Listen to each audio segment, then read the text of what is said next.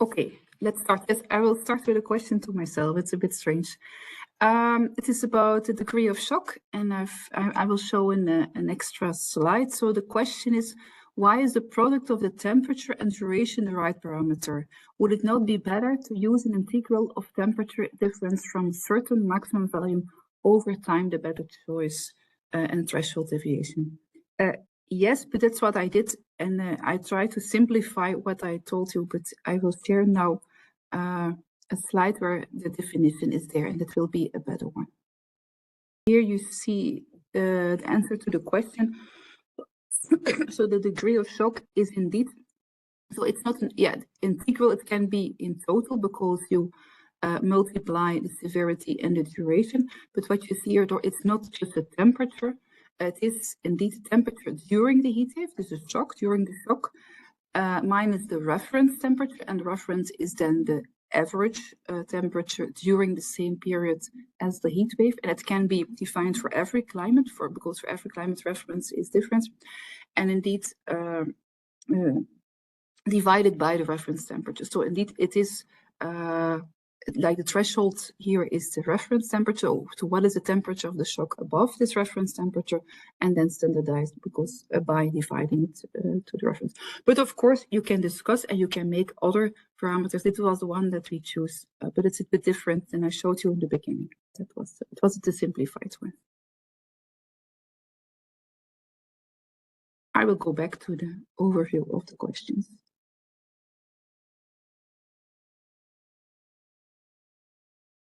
Okay, the next questions are to you, Douaa. The first one is just an easy one. What is the name of the software that was used for the modeling of the index? So we used the Modelica language, and specifically in the Dymola modeling environment for the sensitivity analysis. And for the length time of the set degree hour measures, well, it really will depend on how long your standard effective temperature will be exceeding the threshold value. So if it's will be exceeding for 3 hours or 4 hours, 5 hours, then the set degree hour will be cumulatively calculated over this duration. And can the model be used in more... Wait. I will ask you the question. It's easier. But can this model be used in more extreme climate conditions, like, for example, Canada? Well, this model actually was, you mean the Modelica model or the standard effective temperature? Because if the standard effective temperature, it has an upper limit of 45 degrees for calculation. So it can be used for outdoor temperature until that value. So for example, we saw in heat waves in Abu Dhabi, for example, you cannot use the standard effective temperature because their outdoor temperature can really exceed 50 degrees, and there the limit of the standard effective temperature calculation stops. So and if you take into account the model of the apartment, can this be used? Yes. Yeah, you just have to adjust maybe to apartment, because this was developed based on a typical residential building in Belgium, based on statistical data in Belgium, but it has to be updated to be more representative of Canadian apartments. Mm-hmm. But like Canada was also in Annex 80. Yes. I can refer the people to that because there was also a really nice case study. I do not remember the place exactly in Canada where it can be used as an example. Montreal, I think it was the elderly care home. Yes, it was investigated indeed in Canada, so maybe better than have a look at the Annex 80 website for the case studies. And then the last one for you, have the set degree hour classes that you mentioned, have published or available, or where are they available? So these set degree hours, they were not created by us specifically, and I think this question ties in with one of the questions that I got in the private Q&A, which is not here. So this was developed based on a Canadian study in 2020 by Laudy. So there they correlated the severity index, which is also the set degree hour, as function of the body water loss percentage, and they took a rehydration, or let's say a dehydration rate of 50% for which the set degree hour was equal to 230 degree hour for young people, and they took a dehydration rate of 10% for elderly, for which the degree hour was equal, set degree hour was equal to 117 degree hour. So this was taken from this specific study and was used to define our resilience classes.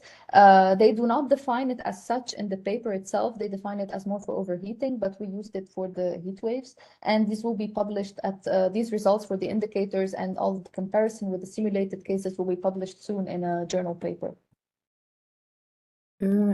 I will move to you, Joost. There was a question, is because you mentioned that there were high natural ventilation rates, and the question is, are there any risk of droughts with such high ventilation rates? Yeah, of course, the highest natural ventilation rates are during outside office hours, let's say, during nighttime. So that's these are mainly active for the in the ventilative cooling. During daytime, of course, the operable windows are controlled in such way that they will only open a very small amount. So we apply a special kind of window motors, which can be controlled just up on the millimeter. And the system is actually continuously feeding back, see, okay, I've now done this, what happens inside through these outside conditions. So actually during daytime, so the windows will not be open more than just a few centimeters. They of course also placed high in the facade.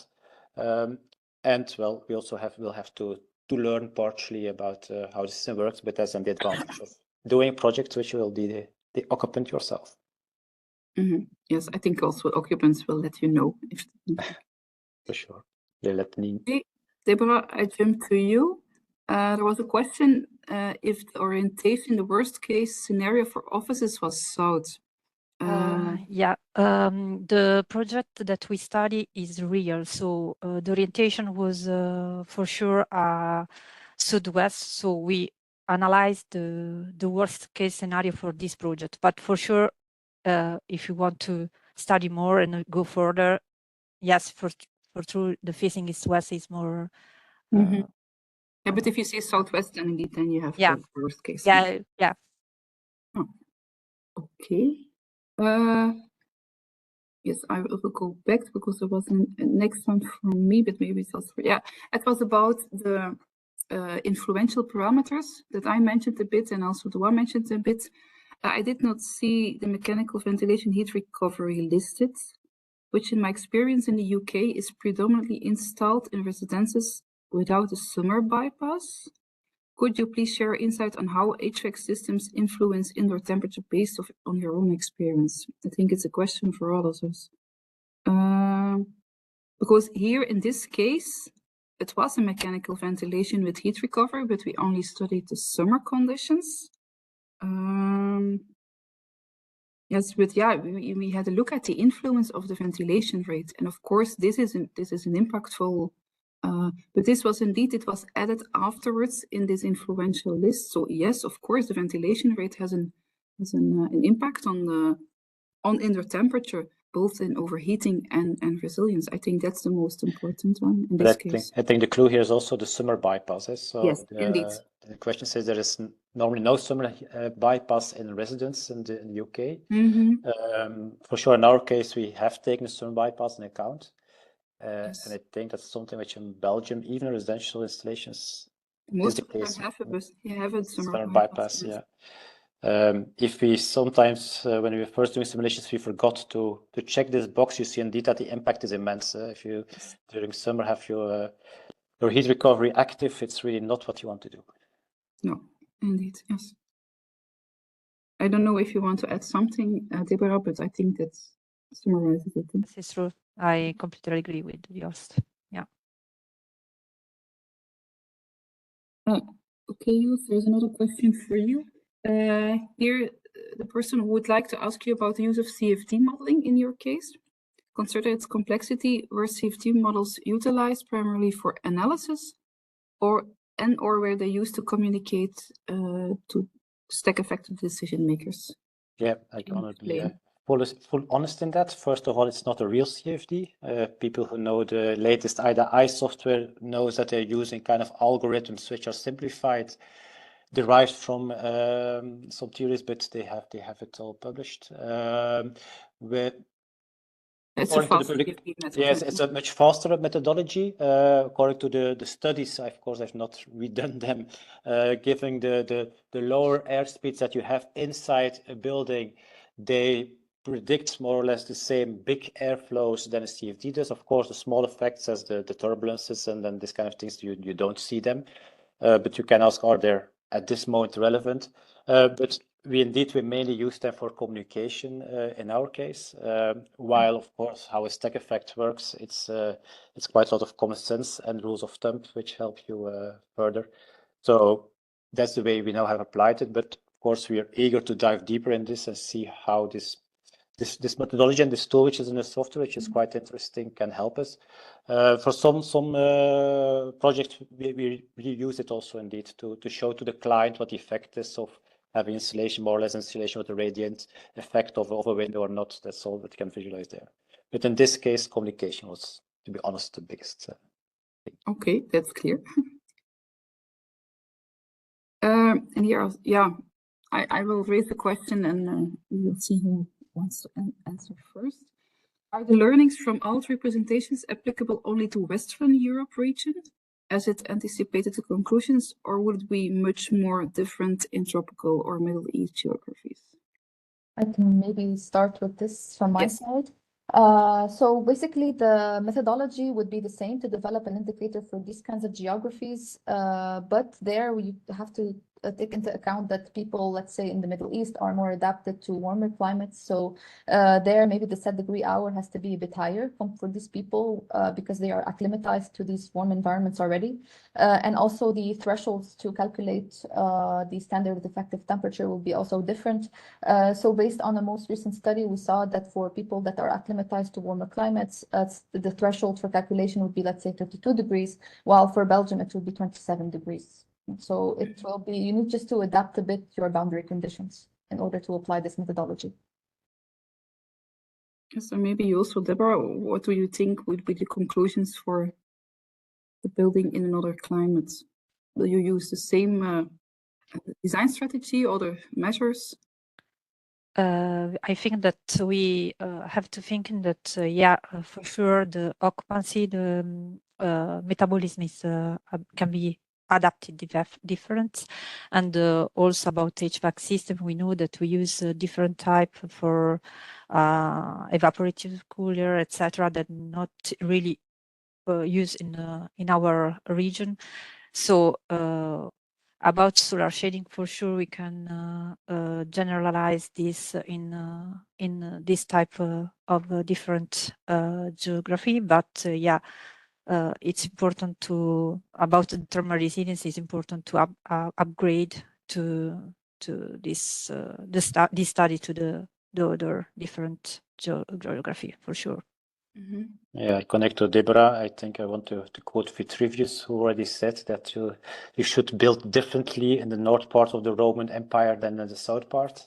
So indeed, climate responsible design is about adapting the right measures. And if you look to vernacular architecture, which is in this case often did the right things because they had no other choice, you see that other strategies are applicable in other regions. Mm-hmm. I also want to mention that within Annex 80 on resilient cooling of buildings, we did a lot of simulations in different climates of different passive cooling strategies, and we summarized this in a journal paper recently. And there, indeed, you see that of course the one passive cooling technology who works well in one climate will not work in another climate. So if someone wants to know more, then I refer to the paper to have a check, because it's really focused on resilience. So the resilience indicators that we mentioned here. I will jump to the next question. If solar shading and air tightness are designed and done properly, how important is the difference between opaque building envelope U value of 0.1 compared to 0.3? Douaa, maybe this one for you. Yeah, indeed. So if you see this range, 0.1 to 0.3 is quite a tight range, but this was based on more newly built buildings or buildings that have to undergo renovations. So as you saw in the resilience indicator for the cases that we have, even case A, for example, the insulation had a really low impact because of the small range. But let's say if we are to take a wider range of building where the insulation value would be, let's say, varying between 0.1 to 1 or 0.6, then you would see more maybe a bit more impact of the insulation. But in this range, at some point, the insulation will not play an additional role. No, but it's the same like for overheating. Overheating, exactly. That the U value is of an opaque wall is not that important. So no. In a moderate climate, of course, you have to general limits. Yeah. And then you predicted the resilient class of buildings. Will there be a tool available for estimation for the public? So far, there isn't, but I think this can be easily applied because it's quite straightforward to apply, but it would be really interesting for future valorization if these kinds of classes can be integrated into a simulation software to have like an automatic ranking of the resilience class of our buildings. Yes, and I can mention that the equations that you showed, Douaa, that will of course will be available on the slides, but also we're going to publish this in the paper. So these equations can, of course, be used. We will not develop a tool. You can use the equations. And then within the European standards, they're busy for design of ventilation system. They will mention, of course, they will do a resilience check, not really a tool, but also, and that will be, I think, published next year somewhere. So yes, resilience is coming into the standards and design. And I will have a check if there are, or if you still have other questions, please ask.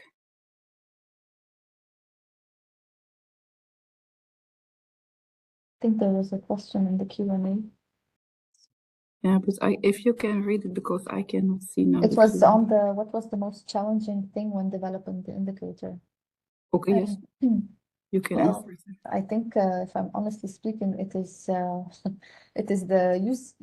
the tool itself that was the challenge, because doing the sensitivity analysis in Modelica, I think, limited us in multiple ways that we took out some parameters and defined them more as scenarios. So for example, with the U value and the thermal mass, the U value and the G value were varied together. So that was one challenge. There was another project. Yeah, also setting, because indeed in the process you have to think about what will be included in the sensitivity analysis. And like was here also was questioned a bit, the ranges, to set all these ranges, to have discussions, because luckily we had nice professionals in our group, so we could see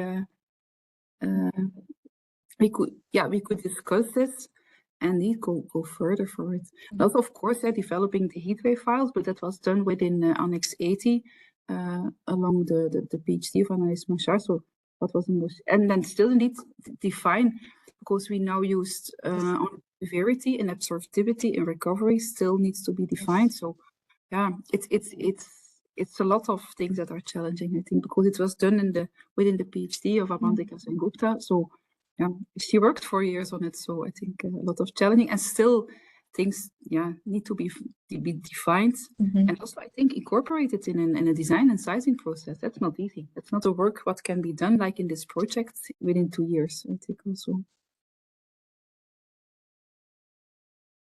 Okay, Maria mentioned an extra question.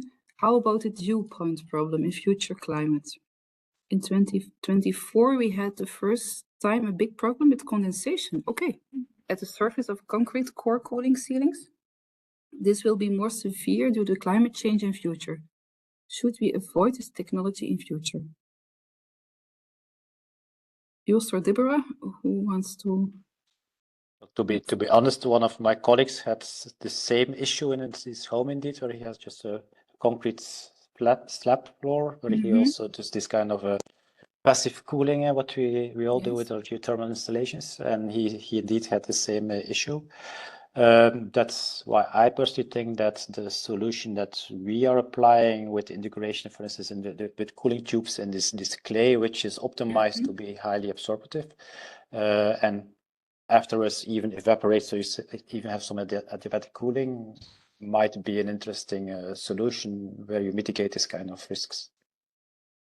But I don't think you have to avoid this kind of cooling technology. No, I also don't think so. But we've seen it indeed, but I know there is a big discussion on concrete core activation, whether that's a technique which has been applied quite a lot in the last years. In my opinion, maybe a bit too much indeed, not always in the right application. You can adapt the sizing of the water temperature so you can avoid this. But maybe there will be more attention needed to this dew point problem. That can be maybe one of the things in sizing the system, but not avoiding such a system, I think. It would be said is, and the answer is that you should close off your building and dry your air. I don't think that's the way that we want to go. That's not also the solution. Okay, I think Douaa is one for you. Do you think this metric is ready for use in building construction regulation, or do you think it needs some refinement? So yes, as I showed in my presentation, we did test the accuracy of the indicator, and you see that it predicts well, but sometimes it can make mistakes, but we need to dig deeper into why this indicator is making these mistakes. Is there a certain trend in like predicting always class 2 when it should predict class 1, for example? So for that, we need more case studies to simulate in order to really detect where the weakness of the indicator, go back to the sensitivity, maybe change a few things in the ranges or in the analysis in order to further refine the indicator. So I would say yes, it does need further refinement, but as is, it can still guide us into design. And it can be a good basis indeed, yes, to include it later in regulation, of course. Yeah. And the question is, do you think member states are more attentive than before to the overheating problem? The member states, the European member states, I think. Yes, I think it is so, because in the EPBD recast, there is indeed more attention to overheating in IAQ, but it can also always be more. It's it's maybe already overheating, but not yet resilience. So. And for sure, it's not yet implemented in most countries. That's the next. And France and Germany do it. But, yes, they're a good example. I can also answer on this question because with venticool, we are now processing the data we did on a survey in as many as we could have countries on the national building codes on overheating and ventilative cooling, and we're processing this data, and we will make a report on this. So then we have indeed a nice overview what is already there at this moment on how to tackle overheating in national building codes. Yeah, and then the complete reference for Laudi et al. I maybe because the slides will be shared. Maybe maybe you can add it on this in your slides, and then Maria can share it with everyone. Because indeed it's a nice reference. And then I think it's one for you, Joost. Any comments about nature-based solution to mitigate overheating or resilience? The project seems focused on building solutions, and it was true. Yeah. Yes, but indeed, what comes to us indeed is the next step that we're going to do. Of course, everybody knows as a kind of belly feeling that makes sense. Of course, greenery, you cannot control it so much. So I can testify that even at my home, I had a nice tree who provided shading until it fell down by the latest storm. And then, now we are actually now also researching what you can do on the microclimate level. Yes, and I can also introduce, we have the new Annex 97. The title is Sustainable Cooling of Cities, but there we will investigate the link also between buildings and the neighborhood and the urban side. So this, of course, there will be, and we will organize webinars with these results. So it will come in the near future, but of course, nature-based solutions can be one of the solutions to mitigate overheating and also increase resilience. Yes. We did test green roofs and green walls in one of the publications in different climates. It's doesn't work. Yeah. It was, I cannot say it like this. But, yeah, I cannot say it like this, but but maybe for the climates, maybe it was only tested in the climate 2A, and there it did not work. But I think it's relevant that you mentioned Douaa, because indeed there are also some things that people believe that have an impact. For instance, indeed, as you mentioned, green roof has an impact on the city level and the heat-island effect, but actually on the comfort in the building or next to the building, the effect is quite low, almost non-measurable, while green facades, for instance, can have an impact on the microclimate next to your building. So indeed, in that way, it's really good if there are some insights for the publications on that. Mm-hmm.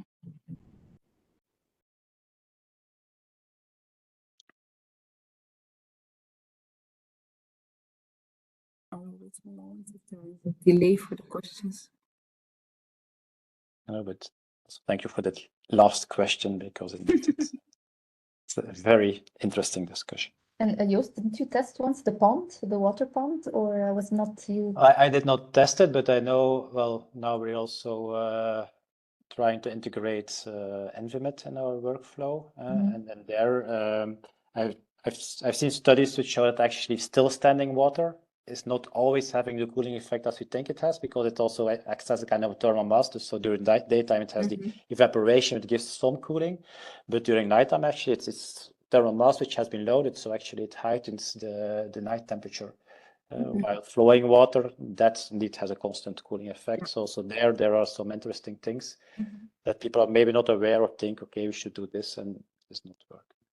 Yeah, they ask indeed the reference study on the effect of green facades and green roofs. That's the same paper. Maybe you also have to include this. I will include that slide at the end. The summarize of the results of Annex 80, and there indeed was tested in. So, but it's also good indeed to mention it on the slides.